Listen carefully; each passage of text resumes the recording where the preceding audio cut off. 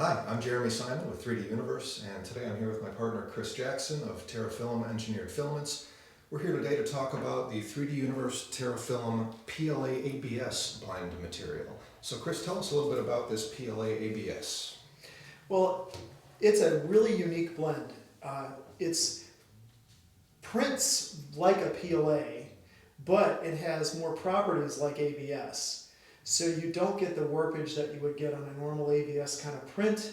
You don't get the smell you might get from ABS. So it's really versatile in that respect, and we love it. Excellent. Yeah, that's one of the things that I found to be really appealing about this. I think people are a little bit afraid of ABS sometimes because of that tendency to warp that you mentioned. It can be a little difficult to print, and I didn't experience that with this material. I found this much easier to print because of that PLA component. But like you said, you still get some of the benefits in terms of strength and resilience that you do with an ABS, the higher temperature resistance, etc. Right. One of the things that's unique about ABS versus other polymers that people may not know is that it doesn't have a specific like melting point. It softens. So the higher temperature you go, it just gets softer. It's not like it melts like a regular polymer. So that kind of property with it makes, when it mixes with the PLA, makes it very unique because it basically just softens the material. But yet there's enough PLA in it that you actually get, the printability that you would get with, PLA. Yeah, excellent. And so we did some test prints here that some of the same things that we've done to test our other materials. So we did a material swatch that helps us to kind of see some of the physical properties of the material, some of the flex capabilities, the strength overall, how this material holds up. We did a 3D benchy, which we like to do to test out our materials because it shows a lot of the different aspects of how the material performs. We see some nice surface finish, we see nice overhangs, overall good print quality, and of course a very strong part like you would expect with an ABS-based material. But it was, as you said, a lot easier to print than ABS typically is. I was able to print this without any kind of brim or raft or any other bed adhesion assistance techniques like that. I just used a little bit of the old Magi Goo on a glass build plate, and it stuck quite nicely. Nice. And I see you have a really nice part that would be a normal ABS kind of part, a little gear that you might find when somebody's wanting to print a test piece and maybe even make it semi-functional.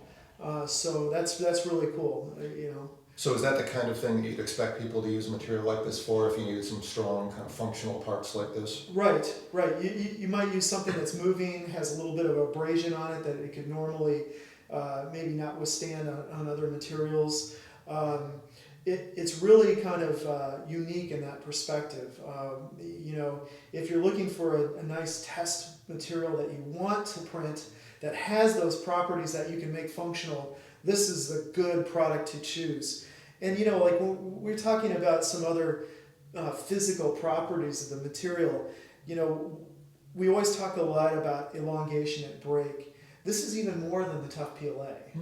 So this has got a little, more elongation at break capability than the tough PLA does. So that gives it even more kind of flexibility kind of when you're printing, but yet you end up with a really tough part like that that's really cool. But what that does is it keeps the wear down. So that might be a movable part, but you're not going to wear as long as you would on another part. Now some of the drawbacks of straight ABS might be it's too brittle. Some of the time when you're doing a thin-walled application or something like that, and you print it well and you want to use it, it's great, but there is a breaking point. This actually softens that a little bit, so it's kind of nice. Yeah, so in our testing, we explored a number of different settings, and it's going to vary, of course, based upon the printer that you're using and other factors, but what we found with this is that a 250 degrees Celsius extruder temp and an 80 degrees Celsius bed temp with about a 20% fan speed worked well. You want to use kind of a lower fan speed because of the ABS component. and that gave us really good performance overall.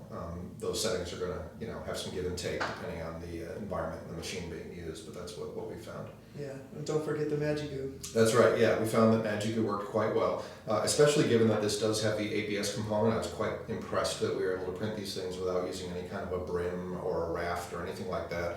We just printed straight on a glass bed using the Magigoo adhesive, and it worked quite well, and then releases very easily once the bed cools, so we had a good experience with that. Nice, and we've printed it here with just our PEI bed. And it works quite well with the PEI bed as well. Yeah. Similar kind of conditions. Yeah, so you've got a lot of options available. Okay, well great. Well, thanks for talking to us about the PLA-ABS. I hope you folks will check this out. Visit us at shop3duniverse.com to learn more or to pick up a spool for yourself. And I hope you'll subscribe to our YouTube channel so you can see more videos like this. Thanks for joining me, Chris. Thanks.